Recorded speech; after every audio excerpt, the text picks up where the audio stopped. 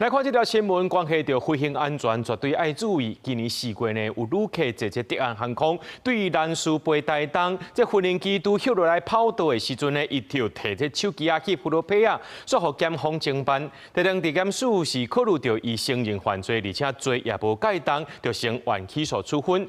不過無人機頂頭用手機啊，為什麼會違反到民航法規呢？德安航空表示講，這隻無人機的機型呢，也未經過原廠執行3C干擾認證。加上飛機頂頭內部空服人員，為着確保飛行安全，是專程禁用的。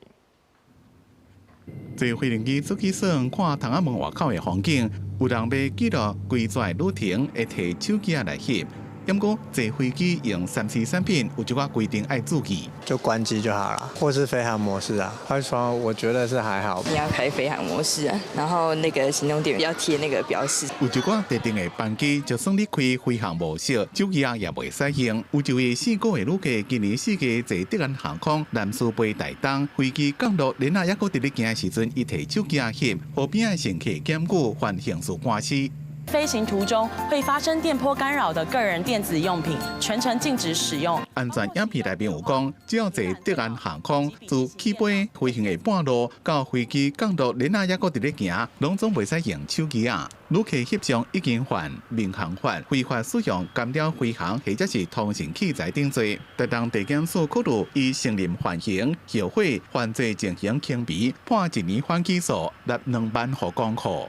機型限制的關係哦，因為我們的 -6這一架飛機，它並沒有經過原廠這邊執行3C 干擾的一個認證，客艙也沒有空服員，所以我們是要全程禁止使用3C 產品。各種航空規範，像國內線的德安航空，就嚴格禁止佇咧飛機頂使用任何電子產品，自頭到尾攏愛關起來。日經甲華信航空雖然有條件開放，也不愛設置飛行模式，另外翕相的規定也要注意。只要是軍民合用機場，原則上就盡量不要有拍照的動作。一旦你有對着這種軍事設施的部分的話，那就絕對會是觸法的。像松山機場、花蓮機場、台中國際機場，攏是軍民合用的機場。佇咧翕風景的時陣，唔能去翕到軍事設施，則會因為犯法互人罰。